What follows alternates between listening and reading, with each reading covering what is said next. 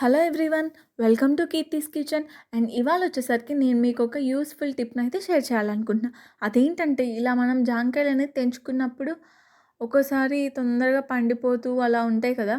So అలా పండిపోకుండా మనం తెచ్చింది అంతే ఫ్రెష్గా అలానే ఉండాలంటే కనుక ఈ టిప్ని అయితే ఫాలో అవ్వండి. అండ్ అల్యూమినియం ఫాయిల్ ఉంటుంది కదా, అది తీసేసుకొని జామకాయ సైజ్ బట్టి అయితే మీరు కట్ చేసేసుకోండి ఎంత కావాలంటే అంత. అండ్ మీరు తినేవి కాకుండా ఎక్స్ట్రా ఏ అయితే ఉన్నాయో వాటన్నిటికి కూడా ఇలా ఇక్కడ నేను చూపించినట్టు ఇలా ర్యాప్ చేసుకోండి. ఎక్కడ కూడా మనకి జాంకాయ అనేది కనిపించకూడదు అనమాట. మొత్తం నీట్గా ఒక బాల్స్ లాగా అలా చుట్టేసుకోండి.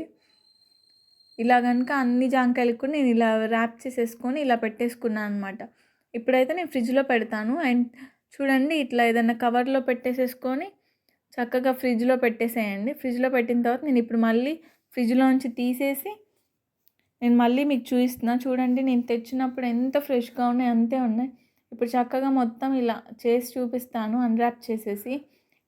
నేను మార్కెట్ నుంచి తెచ్చినప్పుడు ఎంత ఫ్రెష్గా ఉన్నాయో అలానే ఉన్నాయి.